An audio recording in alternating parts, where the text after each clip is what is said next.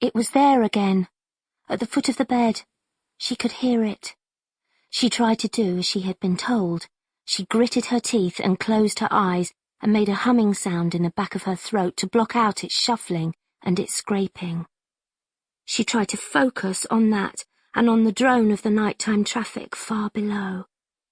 It worked, for a short time. The noise was cathartic, it made her feel brave, until she ran out of breath. Then she lay shivering in the darkness, hot on the outside but cold on the inside, face buried in her pillow and sheets wrapped around her as if she could hide from it, as if it might go away. Kimmy didn't want to be a bad girl, but the monster was real. It was real, and it wouldn't leave her alone. An overactive imagination, the doctors at the big white house had said. "You're 15 years old, Kimmy," her mother had sobbed, tearing at her bedraggled hair. "You can't live in this fantasy world any longer. It's dangerous, don't you see? You have to grow up. Why can't you? Why can't you be like all the other kids? Why can't you be normal?" Kimmy hated seeing her mother like that. That was why she had kept it from her for so long. That, and the incident at school 2 years ago. It had been her first week. Her teacher had snatched the datapad from her desk, seen the open file and let out a scandalized gasp. Kimmy hadn't thought much of it before then. She had just been daydreaming, letting her hands wander. No one had cared about her doodles at junior school. She couldn't understand why they were all making such a fuss now, why the eyes of her classmates burned into her, some shocked, some mocking, some feeling her embarrassment. "Perhaps you can explain to me," the teacher had said in tones dripping with contempt, "what this diagram has to do with the life support requirements of the early space pioneers. What it has to do with anything real. I've certainly never seen such a grotesque creature in real life. Have you? Have any of you?"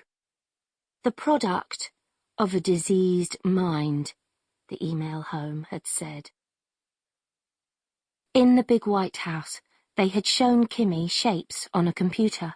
They had asked her what they were, then told her she was wrong.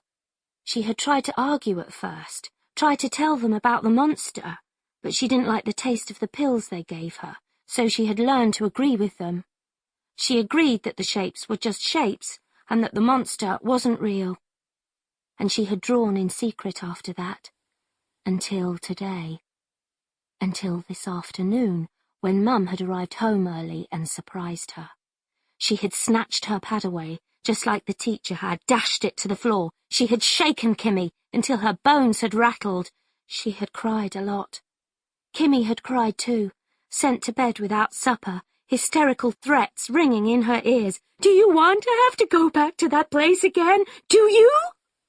She had dozed for a time and woken in the dark, with the monster. She was listening for it, though she didn't want to hear it. She couldn't help it. Her senses were hyper-alert. There was nothing. She ought to have been relieved, but what if the monster was just doing as she was, staying very still and very quiet, trying to trick her? She had no choice. She had to look. She raised her head hesitantly, praying under her breath until she had remembered what the doctors had told her about prayer. She stared for a long time, trying to make sense of the shadows. They were moving, twisting, but that was just because of the info screen on the building across the road, casting its light patterns through the gap in her curtains, wasn't it? Then, a moment's white light, and she saw it. Its muscular black shape hunched into a crouch, a wizened limb draped lazily over the seat of her chair. Or was it just the shape of her own clothing, cast aside in resentment? She was paralyzed, her throat dry. She wanted to yell, but she knew what would happen if she did. Mum would come, and she would turn on the light, and the monster would be gone, and she would be upset again. What if she turned on the light herself?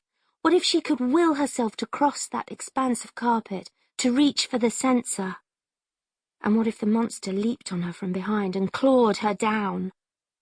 They'd know she wasn't lying then. Too late. She was a big girl now. Sample complete. Ready to continue?